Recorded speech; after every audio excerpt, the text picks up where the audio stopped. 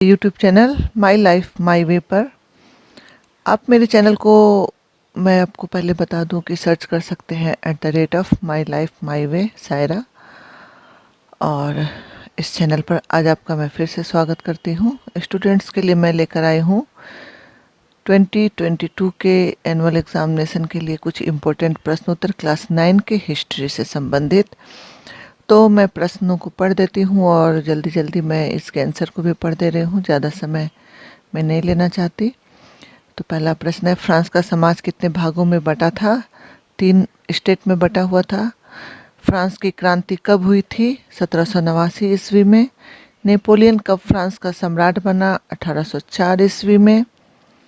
Waterloo का युद्ध कब हुआ था? तो 18 जून 1815 ईस्वी में।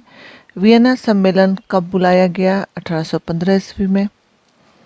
और एक बात मैं आपको बता दूं कि हिस्ट्री के जो टीचर है उससे कंसल्ट करके मैंने यह क्वेश्चन आपके लिए लाया है और यह क्वेश्चन हिस्ट्री के टीचर ने ही बनाया है। इम्पोर्टेंट प्रश्न उत्तर। अगला प्रश्न है, वियना सम्मेलन कब बुलाया गया? तो 1815 ईस्वी में। लुई फिलिप गद्दी पर कब बैठा? 1830 ईस्वी में। यंग इटली का संस्थापक कौन था? तो मैजिनी। लिमचिंग का युद्ध कब हुआ था? 1813 ईस्वी में। औद्योगिक क्रांति कब आरंभ हुई? 1760 से 1830 ईस्वी तक ये चली होगी या स्टार्टिंग की बात की गई है। कब आरंभ हुई? औद्योगिक क्रांति सबसे पहले कहाँ हुई थी? इंग्लैंड में। मार्क्सवाद के जन्मदाता कौन थे? उत्तर है एंजिल्स और मार्क्स। मुक्त व्यापार नीति किस देश के साथ अपनाया गया? तो फ्रांस के साथ। प्रथम विश्व युद्ध का आरंभ कब हुआ था? 1914 ईस्वी में। यह 18 तक चला था। द्वितीय विश्व युद्ध का आरंभ कब हुआ था? 1939 में। इटली में फांसीवाद का जनक कौन था? मुसोलिनी। नाजी दल की स्थापना किसने की? हिटलर ने। रूस में बोल्शेविक क्रांति कब हुई थी? 1917 ईस्वी में। वर्साई की संधि मित्र राष्ट्रों और किसके बीच हुई थी? तो जर्मनी के बीच। मित्र राष्ट्रों और जर्मनी के बीच। हिटलर के आत्मकथात्मक पुस्तक का नाम क्या था? मेन काम्फ। बोस्टिन दुर्ग का पतन कब हुआ? 14 जुलाई 1989। टेनिस कोर्ट शपथ कब लिया गया? 5 मई 1789 ईस्वी में। मॉन्टेस्क्यू ने कौन सी पुस्तक लिखी? The spirit of law. Bourgeois कौन थे? बुर्जुआ फ्रांस का मध्यम वर्ग था। ये बुर्ज अर्थात किलों में रहते थे, इसलिए इन्हें बुर्जुआ कहते थे। फ्रांसीसी क्रांति के मुख्य दार्शनिकों के नाम बताएं। तो रूसो और मॉन्टेस्क्यू। फ्रांस के समाज के कौन से 3 वर्ग थे? तो 3 वर्ग थे, साधारण वर्ग, कुलीन वर्ग और पादरी वर्ग। नेपोलियन की पत्नी का क्या नाम था? मेरी लुई। बर्लिन घोषणा कब और क्यों की गई थी? नवंबर 1806 ईस्वी में। ब्रिटिश द्वीप के विरुद्ध आर्थिक नाकेबंदी के लिए नेपोलियन बोनापार्ट ने इससे बर्लिन घोषणा की थी। गैरीबाल्डी कौन था? गैरीबाल्डी महान पुरुष थे जिन्होंने इटली के एकीकरण का कार्य किया था। मास्को आक्रमण किसने और कब किया था? तो मास्को आक्रमण नेपोलियन बोनापार्ट ने 1812 ईस्वी में किया था। वियना सम्मेलन में भाग लेने वाले नेताओं के नाम क्या हैं? तो मेटरनिख, लॉर्ड कैस्ले, जार अलेक्जेंडर और टाइन। जुलवेरियन संघ की स्थापना किस देश में हुई?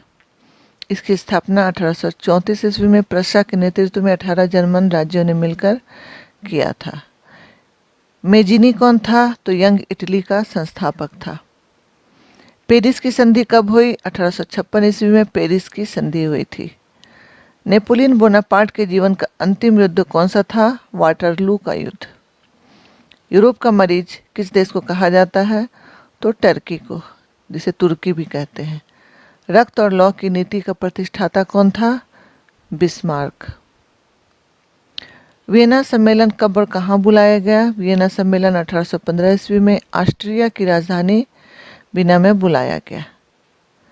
यंग इटली का मुख्य उद्देश्य क्या था? इटली से विदेशी आधिपत्य को समाप्त करना तथा इटली का एकीकरण करना।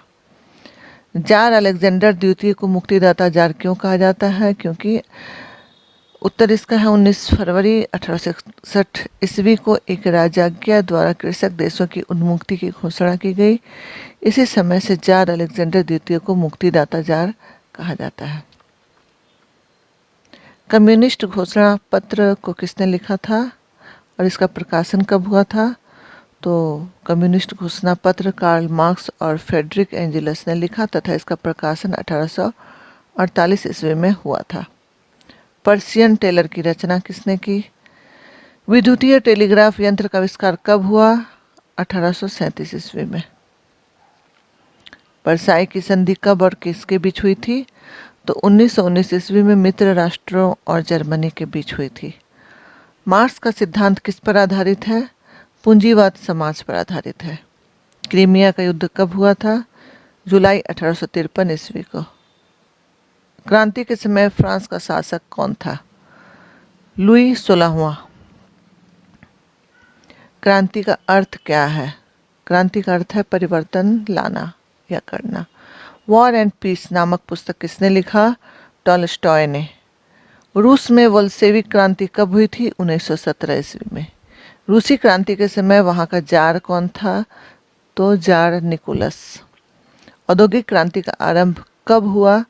18वीं शताब्दी में। औद्योगिक क्रांति सर्वप्रथम किस देश में हुई थी? ब्रिटेन में। स्वेज नहर की लंबाई या चौड़ाई कितनी है? 165 मीटर यह लंबी है तथा 45 मीटर चौड़ी है। 1929 ईस्वी की आर्थिक मंदी का प्रभाव कहाँ पड़ा? अमेरिका पर। मुसोलिनी ने किस दल का नेतृत्व किया? तो फांसीवादी दल का। राष्ट्रसंघ के क्या उद्देश्य थे? पहला था अंतर्राष्ट्रीय शांति सुरक्षा की व्यवस्था करना और अंतर्राष्ट्रीय सहयोग को प्रोत्साहन देना। राष्ट्रसंघ की स्थापना कब और क्यों हुई? तो राष्ट्रसंघ की स्थापना 10 जनवरी 1920 को पूरे विश्व में शांति और सुव्यवस्था को स्थापित करने के उद्देश्य से हुई। राष्ट्रसंघ के अंगों के नाम लिखें। तो जनरल असेंबली काउंसिल, अंतर्राष्ट्रीय न्यायालय। नाटो का पूरा नाम क्या है? उत्तरी अटलांटिक संधि संगठन। औद्योगिक क्रांति से क्या समझते हो? तो औद्योगिक क्रांति का अभिप्राय उन परिवर्तनों से है जिन्होंने यह संभव कर दिया कि मनुष्य उपादान के प्राचीन तरीकों को छोड़कर बड़ी बड़ी वस्तुओं का उत्पादन कर सकता है। सीटो का पूरा नाम क्या है? पूर्वी एशिया संधि संगठन इसका पूरा नाम है। त्रिवर्गीय संधि क्या है? फ्रांस, रूस और ब्रिटेन 1904 ईस्वी में एक त्रिदेशीय संधि बनाने में आपसी समझौते के फलस्वरूप ब्रिटेन को मिस्र अनिवेश स्थापित करने की छूट दी तथा फ्रांस को मोरक्को प्राप्त हुआ। एक त्रिवर्षीय संधि थी। हिटलर कौन था? उसने किस दल की स्थापना की? तो हिटलर जर्मनी का तानाशाह शासक था। उसने नाजी दल की स्थापना की। लोहे का पहला पुल कहाँ बनवाया गया? पहला पुल सेवन नदी पर इंग्लैंड में बनाया गया लोहे का। टेनिस कोर्ट शपथ से क्या समझते हो? तो इसका उत्तर है राष्ट्रीय सभा के सदस्यों ने करीब 600 की संख्या में अपना दायां हाथ उठाकर ये शपथ ली थी कि जब तक फ्रांस के लिए एक संविधान की रचना नहीं कर लेंगे तब तक एक दूसरे से अलग नहीं होंगे। इस घटना को ही टेनिस कोर्ट शपथ कहा गया है। ला फायते क्या था? राष्ट्रीय रक्षक दल था।